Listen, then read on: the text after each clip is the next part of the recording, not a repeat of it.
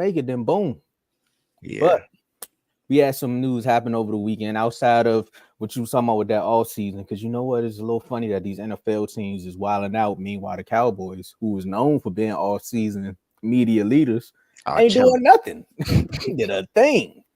Literally nothing. They ain't signed nobody. But anyway, we gotta talk about one. I guess the NFC East loses another pass rusher, but he goes to another team. And when you see the name here, say spelling bee contestants because both these teams like spelling their name out there every time they score. So he went from a Eagle, and I'm not saying it because they're gonna try to clip me up, so I'm not spelling it out. He went from being an Eagle to Jets.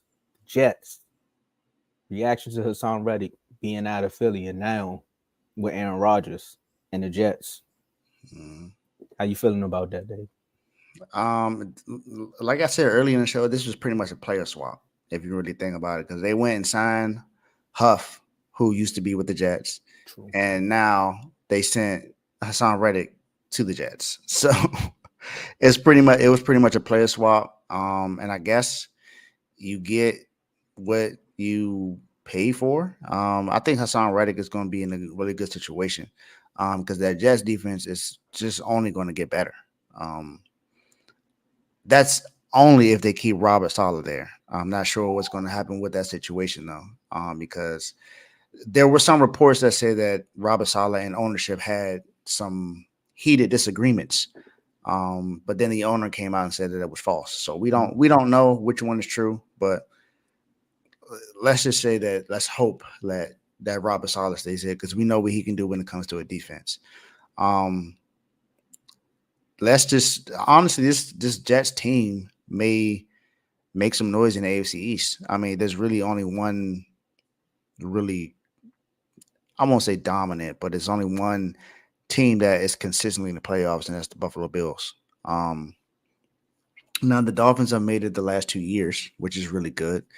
Um, but now they have the contract situation with Tua. Is he going to get an extension? They say that they're not looking to give him one right now, that they can wait on it. So we'll see what happens with that. Um, so I mean, the Jets. I more so think this it was a win-win if you really look at it. The Eagles got some draft picks out of that, and they got Huff. So it's not like they are really going to miss too much. Um, the Eagles really just got to worry about their back end. It's really about their cornerbacks and their safety position. But they got C.J. Gardner Johnson back. But they still got Bradbury, so that's the only thing that's messing up with them. But the Jets are going to be fine defensively. They were really good last year defensively. It's just their offense just couldn't score. So yeah, win-win. That's how I see it. I see it as a win-win for both teams. Yeah, I mean, I agree with you there, and I meant to also. I should have did this on the introduction, but they traded him for a 2026 third round pick, and they say it's a chance. Oh, I think it was. Oh, they sent him for a third round pick, but they got a chance to be a second round pick Mm-hmm. in 2026 if he can reach what is it, 75% or 77%. I mean, 67% of playing time and at least 10 sacks, which is possible for him because we clearly see what happens when, I mean, the Jets defensive line is like that. So we've seen what he did when the Eagles defensive line was getting those numbers. So for Mm-hmm. Hassan Reddick, I know he happy to probably be in a place where he can restart. You know, I know he's probably not as excited because he said he loved Philly. He was a Philly boy. I mean, I think he is from New Jersey, but he wanted to be an Eagle.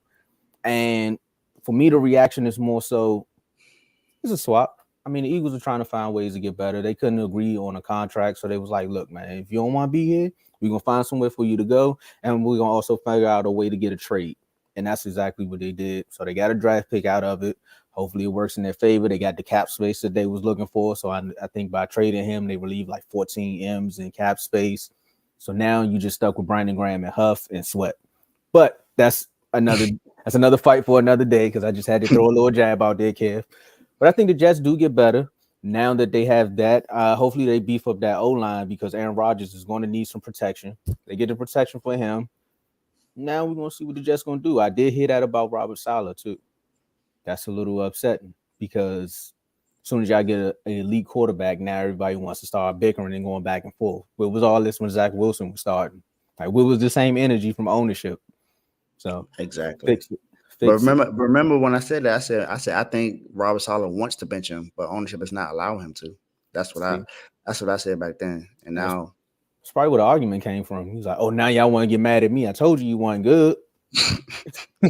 But that's just what it is. So for the Eagles, I mean, I know they're probably excited just about how their whole offseason is going. Some people are going to miss Reddick. I know if you ask an Eagle fan would they want Sweat or Reddick, they probably would say Reddick over Sweat. But if you ask a Jets fan, would how do they feel about having Hassan Reddick? They probably say they Super Bowl bound. We gonna see. yeah, they did give him a permission to seek the trade. I Yeah, mean, because they didn't want to pay him. They didn't yeah. want to pay him what he was asking for. So the Jets got money, so send him to the Jets. Money, money. That whole division got some money outside of the Bills.